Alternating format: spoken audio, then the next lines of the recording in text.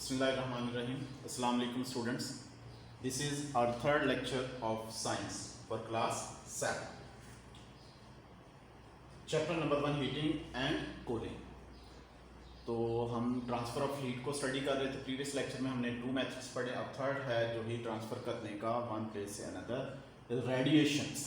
तो रेडिएशंस क्या आपने देखा होगा, सन जो है, सन हमसे लाखों करोड़ों किलोमीटर दूर है, लेकिन उसकी हीट हम तक पहुंच जाती है, उसकी लाइट हम तक पहुंच जाती है. उसकी जो हीट हम तक पहुंचती है वो रेडिएशंस के थ्रू आती है, वेव्स के थ्रू. एक्चुअल तो नहीं मूव होता, ना उसमें कंडक्शन है ना ही कनेक्शन है. तो थर्ड मेथड जो यूज होता है वो देखें, इसमें डिफाइन करते हैं the transfer of heat through radiations और वेव्स. तो ये वेव्स के थ्रू होता है, वेव्स या रेडिएशंस के थ्रू. तो इतनी दूर से जो हमें हीट मिलती है वो रेडिएशंस है या वेव्स है, इसको हम रेडिएशंस कहते हैं. ये थर्ड है. इसके पेज नंबर देखें 7 पर. हम एग्जांपल के साथ इसको एक्सप्लेन करते हैं. डायग्राम गिवन है जो है ग्रिल का. When we cook food under a grill, कि जब हम ग्रिल के नीचे फूड पकाते हैं, the heat element is in the grill to the food. The heating element जो फूड है, the heat can not be carried by convection because convection carries hot air upward. तो ये कन्वेक्शन के through भी heat नहीं होता, क्योंकि convection का मतलब है हॉट एयर तो ऊपर जाएगी, लेकिन हम ग्रिल में देखते हैं कि हीटिंग एलिमेंट ऊपर होता है, लेकिन जो है फूड है वो हम नीचे रखते हैं. तो फिर नीचे कैसे आ जाती है हीट? तो ये फिर रेडिएशंस के थ्रू होती है, और कंडक्शन भी इसमें नहीं होता, ना ही कन्वेक्शन होता है. तो हीट अब जो नीचे आती है वो रेडिएशंस के थ्रू है. The heat can not B conducted to the food because air is a bad conductor of heat. तो कंडक्शन के थ्रू भी नहीं होता और कन्वेक्शन भी. तो इसका मतलब है थर्ड मेथड इसमें यूज हो रहा है, जिसको हम रेडिएशंस कहेंगे. So there must be another way of moving heat to the food. This is radiations. अच्छा, इसमें इलेक्ट्रोमैग्नेटिक वेव्स हैं. इलेक्ट्रोमैग्नेटिक वेव्स वो वेव्स होती हैं जिनको पास होने के लिए, कैरी होने के लिए किसी मीडियम की या किसी कैरियर की ज़रूरत नहीं होती. तो सन इतनी दूर है और दरमियान में स्पेस है, तो इस स्पेस में से जो हीट हम तक ट्रांसफर होकर वेव्स आती हैं वो इलेक्ट्रोमैग्नेटिक वेव्स हैं. द हीट ट्रांसफर टाइमी इलेक्ट्रोमैग्नेटिक वेव्स. छोटी वेव्स होती हैं जिनको हम इंफ्रारेड कहते हैं. The hotter an object is, the more infrared radiation it emits. कोई भी ऑब्जेक्ट जितना ज्यादा वो हीट अप होगा, हॉट होगा, उतनी वो ज्यादा इंफ्रारेड रेडिएशंस इमिट करेगा. इमिट का मतलब खारिज करता है. जैसे हम देखते हैं कि एक गर्म बाउल को रखते हैं रूम में, कुछ देर के बाद वो ठंडा होना शुरू हो जाएगा. रीजन क्या है? क्योंकि उसने अपने हीट को इमिट कर दिया, खारिज करना शुरू कर दिया. तो इंफ्रारेड की रेस में भी इमिट होती. No particles are involve. इसमें कोई पार्टिकल्स नहीं इन्वॉल्व होते, कोई एटम्स या मॉलिक्यूल्स की मूवमेंट नहीं होती, बल्कि वेव्स या रेडिएशंस की फॉर्म में हीट ट्रांसफर होती है. तो पहले जो दोनों थे उसमें एटम्स या मॉलिक्यूल इन्वॉल्व थे, लेकिन रेडिएशंस में एटम्स या मॉलिक्यूल इन्वॉल्व नहीं होते. Unlike in the process of conduction and convection, दोनों में मॉलिक्यूल्स और एटम्स थे, लेकिन इसमें नहीं है. So radiations can even work through the vacuum of space. Vacuum वो जगह है स्पेस में जो खाली होती है, उसको हम कहते हैं. तो वहां से भी वो ट्रेवल हो जाती है इसमें. This is why we can still feel the heat of sun although 150 million kilometre.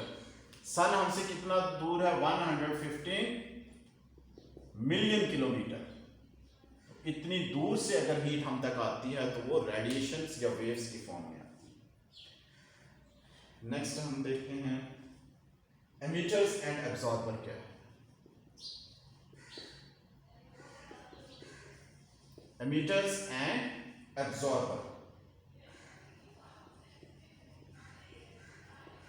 Emitters का मतलब है कि हीट को खारिज करना, और एब्जॉर्बर का मतलब है हीट को जज़ब करना.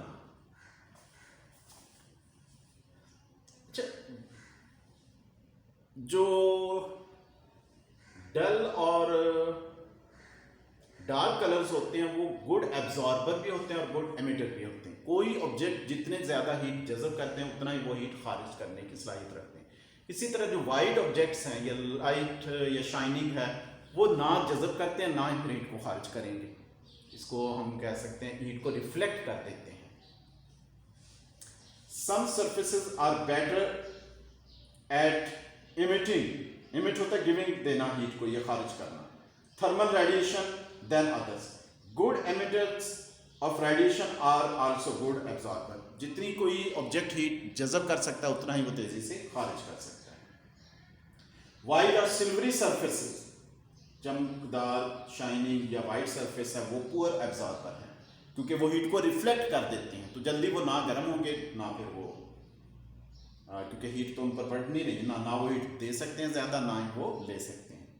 That is why in hot sunny countries houses are often painted white to keep them cool inside. तो गर्म मुल्कों में घरों के बाहर पेंट वाइट करते हैं कि वो ज़्यादा हीट अप ना हो क्योंकि वो हीट को जज़ब नहीं करेंगे।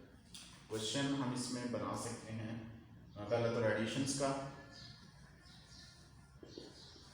डिफाइन रेडिएशंस, ये मैंने आपको डिफाइन कर दिया। नेक्स्ट क्वेश्चन है एक्सप्लेन इमिटर्स एंड एब्जॉर्बर्स। इसमें एक 3 क्वेश्चन भी है, इसमें साइंटिफिक रीजंस हम इसको भी कह सकते हैं। Why the outside houses are painted white in hot countries? कि गर्म मुल्कों में इन समर गर्मियों में जो है वो घरों के बाहर वाइट पेंट क्यों करते हैं? तो ये भी बेटा इसी के अंदर इसका आंसर गिवन है लास्ट पैराग्राफ। तो ये इसको आपने कंप्लीट करना है क्वेश्चन आंसर्स। नेक्स्ट अब पेज की तरफ आते हैं।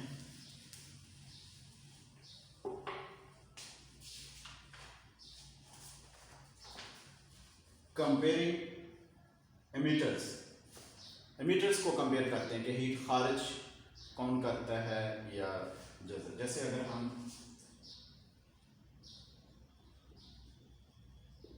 कंपेयरिंग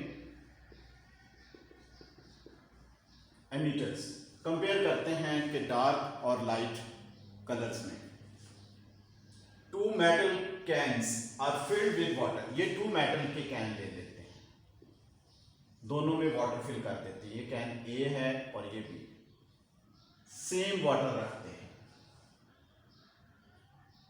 और यहां पर ये जो है दोनों में थर्मोमीटर लगा देंगे टेम्परेचर चेक करने के। 2 metal cans are filled with the same amount of water, the same temperature, दोनों का टेम्परेचर सेम रखेंगे लेकिन इसकी सरफेस डार्क करेंगे और इसकी लाइट। शाइनिंग होगी लाइट और ये डार्क है। अच्छा, उसके बाद अगर हम ये ग्राफ शो देखते हैं तो ये कैन ए के लिए होगा और ये कैन जो है वो बी के लिए होगा। इस तरफ है हमारा टेम्परेचर और यहां पर क्या है टाइम। देखिए ग्राफ क्या शो कर रहा है, तो कैन ए जो है वो जल्दी ठंडा हो रहा है कि टाइम थोड़ा लग रहा है और इसको ज्यादा टाइम में, और टेम्परेचर जो है वो ज्यादा टाइम में ठंडा होगा और ये थोड़े टाइम में, क्योंकि टाइम के करीब आ रहा है तो इसका मतलब कम टाइम यूज हो रहा है। रीजन क्या है, क्योंकि वो डार्क सरफेस थी। Clearly a dark surface is better emitter of heat radiation, क्योंकि उसने हीट जो है वो जज़ब कर ली है पॉट ने ज्यादा तेजी से और इसने जो शाइनिंग थी इसने कम की। is better emitter of thermal radiation than a shining surface, shining की निस्बत उसने जल्दी जो है वो हीट को एमिट किया। नेक्स्ट है कंपेयरिंग एब्जॉर्बर, हीट को एब्जॉर्ब जो है वो कौन ऑब्जेक्ट तेजी से करेगा। कंपेयरिंग एब्जॉर्बर,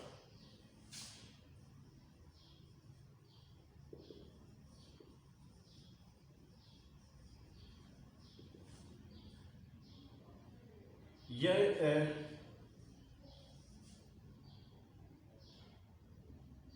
रेडिएंट हीटर लेते हैं, यहां जो है वो डार्क, ये एक सरफेस रखते हैं डार्क, और यहां एक सरफेस रखते हैं शाइनी। अब इसमें क्या होगा, इसका भी अगर हम ग्राफ ड्रॉ कर लें, टाइम टेम्परेचर सेम टाइम पे है, डार्क का टेम्परेचर ज्यादा हो जाएगा और शाइनिंग का temperature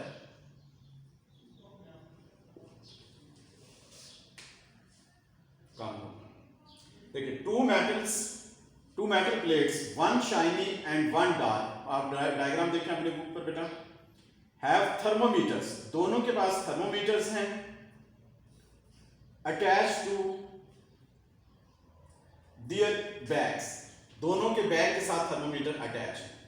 the plates are fixed at the same distance, some from radiant heater, the graph show that the dark surface है वो जल्दी हीट अप होगी और जो है शाइनिंग है वो लेट से हीट अप होगी। रीजन क्या है, डार्क जो है वो जल्दी एब्जॉर्ब करेंगे और शाइनिंग जो है वो लेस एब्जॉर्बर होती है। इसी तरह ये लास्ट में एग्जांपल देखें, इसमें जो गिवन है वो